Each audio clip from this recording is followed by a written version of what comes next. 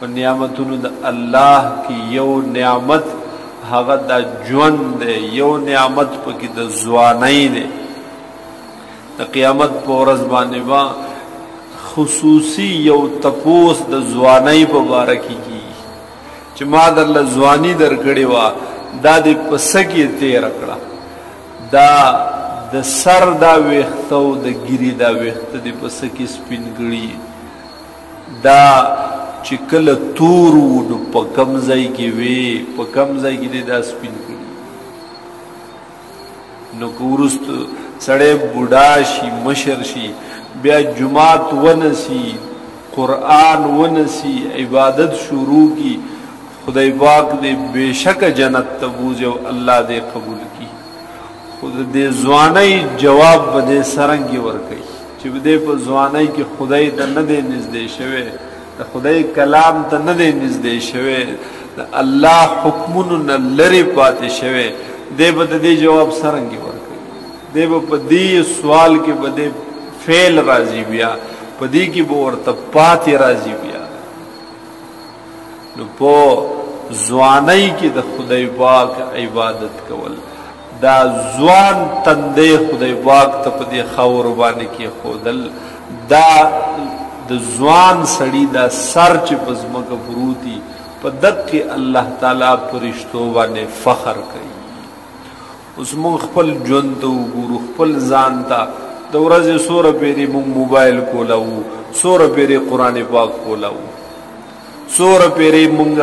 هغه بې پیدو مجلسونو ته ځو، څوره پیرې موږ په دې ورځ کې هغه د خدای کور ته راځو. د سار نه تر ماښامو پورې، د ماسخوتنه پورې، د وده کېدو پورې لږ یو ورځ دا خپل هغه سترګې پټې کا او دا سر دې ښکته کا او سوچ فکر پې وکړه چې نن زمانه څومره د الله حکمونه پاتې شوي او څومره مې هغه پوره کړي دي، په ځای مې راوړي. نن زمانه د حضور پاک صلی الله علیه وسلم څومره طریقې غورځېدلې دي، په هغې مې عمل نه دی کړی، حالان کې مقرر توا، حالان کې ښه وس مې کېدو، طاقت مې کېدلو، او څومره طریقې د نبی علیه السلام هغه ما پوره کړي. د دغې جانچ پړتال وکړه، نن څوره ما خپل فیسبک کولاو کړی، څوره مې بل څیز دا کولاو کړی، دې له مې څومره وخت ورکړی،